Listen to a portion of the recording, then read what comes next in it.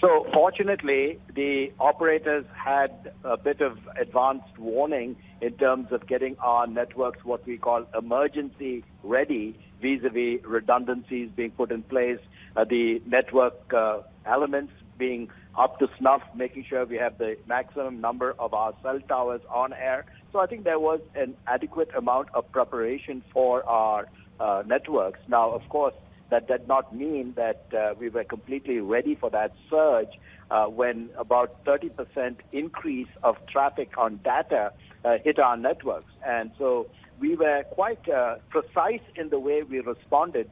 Of course, we had to look to where this was coming from, and we noticed that this was as a result of increased data usage from streaming services. So we had a very targeted approach. We went to the DOT, which is the government arm, and said, please work with us in informing these streaming companies like YouTube and Hulu and TikTok and Amazon and others, saying, please reduce the transmission bit rates from high definition to standard definition. And surprisingly, that brought the traffic down back to just about 15 to 20% above what was normal. So that was the first intervention that we were able to do to stabilize traffic on the network. So having said that, Rajan, are you then saying that there's no risk of a collapse or a congestion that could pose a problem to the country? So we seem to have hit the sort of peak, if you will. So what we have seen is a bit of a shift in traffic patterns. Clearly, the big peak that we used to see in the mornings and the evenings resulting from the patterns emerging from commuters, that has shifted to a bit more of an even distribution on the network. And obviously, we've had this big migration of our workers out of the urban areas into the rural areas. So we've seen some shifting of the distribution of traffic, which does not mean that we do not have surges in certain hotspots in the country. So our efforts right now are to continue to monitor the network to see where these hotspots are emerging at various points in time, and then involve ourselves in network management to ensure that these surges don't bring the network down. So I think that is working very well in terms of our folks managing the networks, making sure that the smartphone or the smart hands are on the street. We had to work with the government to make sure that these people were given particular permissions to be on the street during the quarantine period. And because of that help we got, we were able to maintain the network in the instances when there were, for example, a fiber cut, or when one of our cell towers was going down. We also worked with the local municipalities to bring online additional capacity by putting on temporary cell towers. Sure. In India, we have this thing called cows, not our sacred cows, but cell on wheels, which we are able very quickly to roll into places where we are facing congestion or peak traffic and begin to deal with it. So these measures have helped us cope with maintaining our networks at 99.99 uptime. Cell on wheels. I love that. Rajan, what do you think about the proposed tariff increase? Do you think that's going to be delayed further? So there has been a round of traffic tariff increases, and our operators have acted very responsibly in ensuring that affordability is never a concern or a problem for our citizens. Specifically, in the particular instance when we saw the bottom of the pyramid group of our customers facing extreme hardships because they had feature phones and not smartphones, and so consequently they could not get to a recharge station, the operators put out free SMSs, free voice calling, and a free incoming minutes for the period in time that the quarantine is lasting, so that this specific group of customers that was facing the hardship was targeted and afforded relief so that they could continue being in contact with people that they were interested in being in touch with.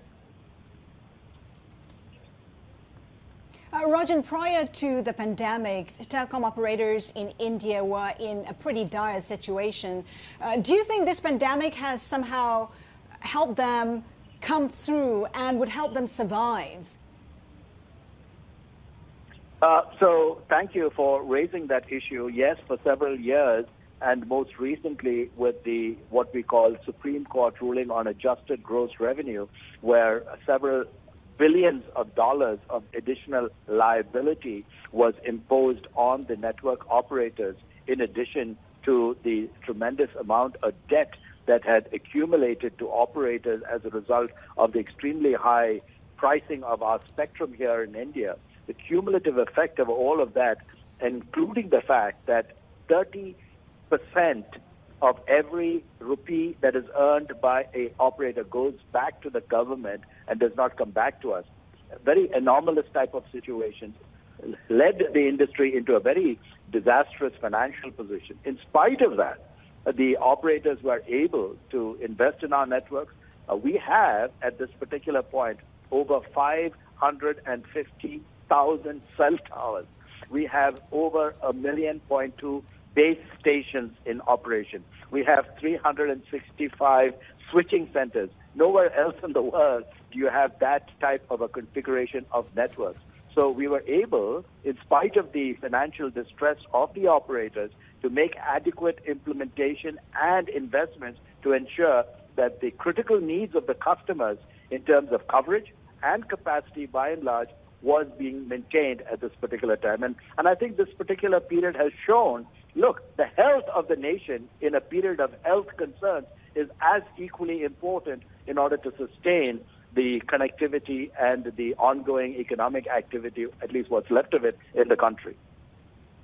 Yeah. Rajan, what about the future of Vodafone India? Do you still see a risk of it going bankrupt?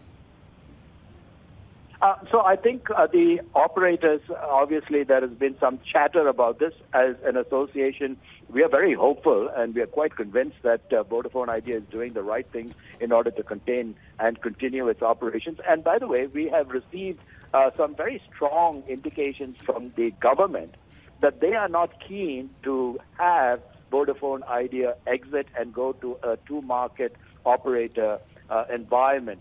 Even in a country such as the U.S., you notice that the Justice Department took a hard look when they went from 4 operators to a suggested 3, ultimately T-Mobile and Sprint merging to form a consortium, if you will, of 3.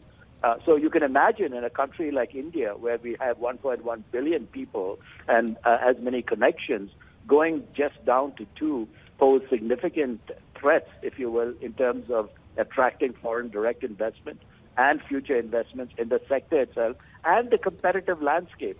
So the government is keen to ensure that Vodafone Idea stays, and we have some indication that they are going to work with the industry going forward in terms of ensuring that we can deal with the ongoing financial crisis. And we expect that Vodafone Idea will continue to be a very valuable and a very competitive player in the marketplace as we go forward.